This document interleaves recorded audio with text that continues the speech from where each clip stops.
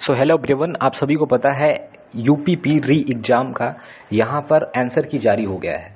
Answer की कैसे check कर सकते हैं, कैसे ऑब्जेक्शन कर सकते हैं। सबसे पहले आपको चलना होगा सरकारी रिजल्ट पर, जहाँ पर आप सरकारी रिजल्ट पर जाकर के जब आंसर की पे क्लिक करेंगे आपको देना पड़ेगा आपका रजिस्ट्रेशन नंबर। आप रजिस्ट्रेशन नंबर आप देंगे, उसके बाद आपको डेट ऑफ बर्थ देनी पड़ेगी। डेट ऑफ बर्थ किस डे पे, किस मंथ में, किस ईयर में।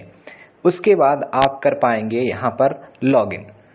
और जैसे ही आप लॉगिन करेंगे तो लॉगिन करने के बाद आपके डैशबोर्ड पे ये सब खुल के आएगा। जैसे कि आप देख पा रहे होंगे, क्वेश्चन ऑब्जेक्शन आएगा, डाउनलोड एडमिट कार्ड आएगा, डिस्ट्रिक्ट इन्फॉर्मेशन स्लिप और क्लिक हियर टू गो। जैसे रजिस्ट्रेशन नंबर देंगे आप, उसके बाद आपको यहाँ पर प्रश्न पुस्तिका संख्या यानी बुकलेट नंबर देना पड़ेगा आपका, क्वेश्चन बुकलेट, फिर कंफर्म करना पड़ेगा। आपको नीचे दिख रहा होगा कुछ कोड, उनको भी डालना पड़ेगा, कैप्चर कोड। कैप्चर कोड जैसे डाल के आप साइन इन करेंगे, आपको आपका जो पेपर था वो खुल करके आ जाएगा। जैसे ही आपको आपका पेपर खुल करके आएगा डैशबोर्ड पे, आपको यहाँ पे देखने को मिलेगा बहुत सारे सेक्शन, जिसमें से एक सेक्शन रहेगा कि आपने सबमिट किया या नहीं किया। तो इस तरीके से आपका पेपर खुल के चला आएगा। ऑब्जेक्शन के लिए कैसे करना क्या, अब हम पूरी तरीके से ध्यान से समझते हैं।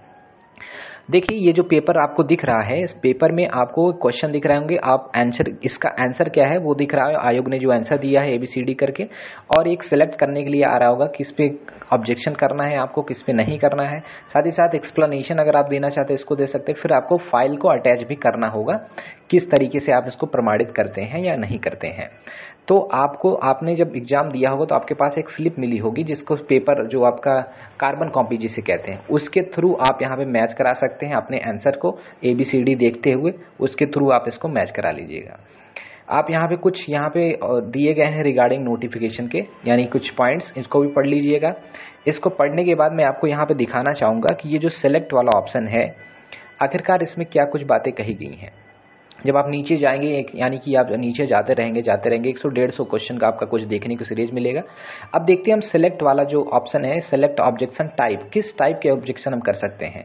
तो इसमें देखिए आप बहुत सारे लिख रखे हैं, जैसे कि क्या सही उत्तर, सभी उत्तर विकल्प गलत हैं, एक से अधिक उत्तर विकल्प सही हैं, दिया गया उत्तर ही गलत है, या फिर डिफरेंस है हिंदी में, इंग्लिश में, अंग्रेजी में, दोनों में डिफरेंस दिखाई रहा है, या फिर आपका कह लीजिए और भी जो चीजें हैं, या फिर नन ऑफ दीज, जैसे भी कुछ है, मतलब किस प्रकार के आप यहाँ पे सभी उत्तर गलत हैं, किस तरीके से आप इसको देना चाहते हैं, वो सब बातें यहाँ पे मेंशन करी गई हैं।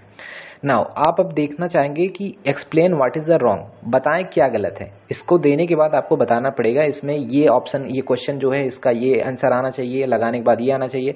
फिर उसको लगा करके, या आप जो NCERT बुक्स होती है, या फिर कह लीजिए कोई भी बुक है, कोई भी टीचर ने सॉल्व करा रखा है, उन सबको अटैच करना होगा फाइल में। आप जब यहाँ पे देखेंगे ना, तो व्यू ऑब्जेक्शन भी देख सकते हैं। मेक ऑब्जेक्शन में आपको आंसर की देखने को मिल जाएगा। व्यू ऑब्जेक्शन में आप जब जाएंगे तो आपको यहाँ पर देखने को मिलेगा कि कितने ऑब्जेक्शन किए गए हैं और कितने नहीं किए गए आपके द्वारा। फर्दर आप जाकर के ऑब्जेक्शन भी कर सकते हैं, नहीं भी कर सकते हैं। ये सब आंसर मिलाने के बाद आपको पता चल जाएगा कि आंसर क्या है और क्या नहीं है। तो आपका क्या स्कोर रहा है आप तक मिलाने के बाद, क्योंकि ये 23 पहले दिन हुआ था 23 अगस्त को, उसका ये है आंसर की। तो आपका स्कोर कितना है जरूर बताइएगा। साथ ही साथ चैनल से जुड़ जाइएगा, क्योंकि अब हम इसमें कराने वाले हैं जो ऑब्जेक्शनबल क्वेश्चन होंगे। साथ ही साथ मैं आपको बताना चाहूँगा कि अभी जितने भी इसके रिगार्डिंग नोटिफिकेशन आएगी, फिर वो चाहे आपके रनिंग से रिलेटेड हो या फिर आपके डॉक्यूमेंट वेरिफिकेशन से रिलेटेड हो, सब मिलती रहेंगी। तो मिलेंगे नेक्स्ट वीडियो में। आज के लिए यहीं तक। Many thanks for watching.